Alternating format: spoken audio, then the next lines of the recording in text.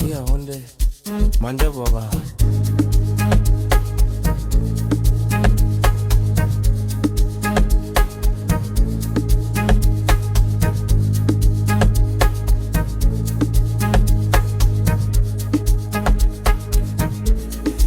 Kwandiri kuno ndiri mutoro,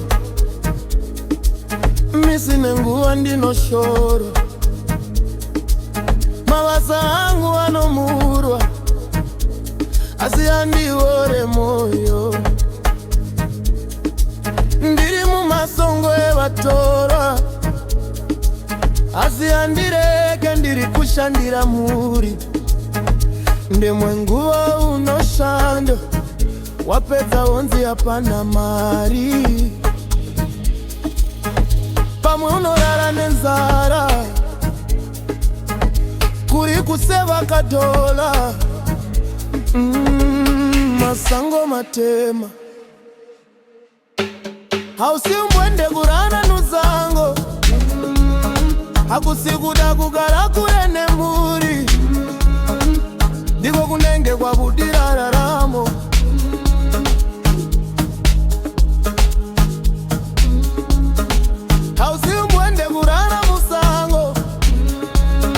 Hakusikuda kugara kurene muri, ndiko kunenge kwa budira raramo.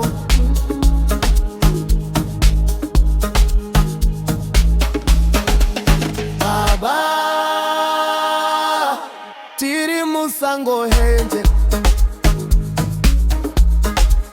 Baba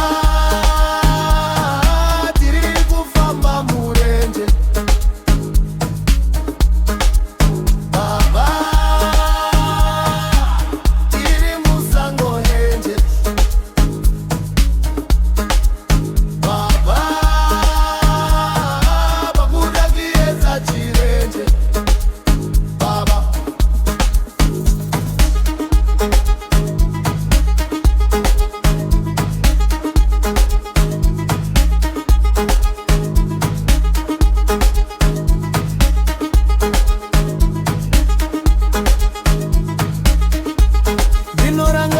Kumusha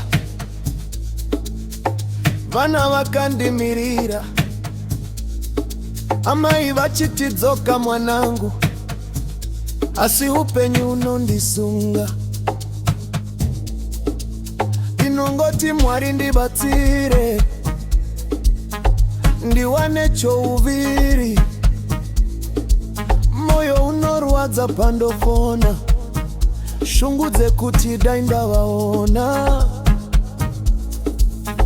Vamwe vakadzoka vasina chinhu, vamwe vakaperera munzira, asi ini handiregi kuzama, ndichitsvaga mangwana. Mwari pindirai. Baba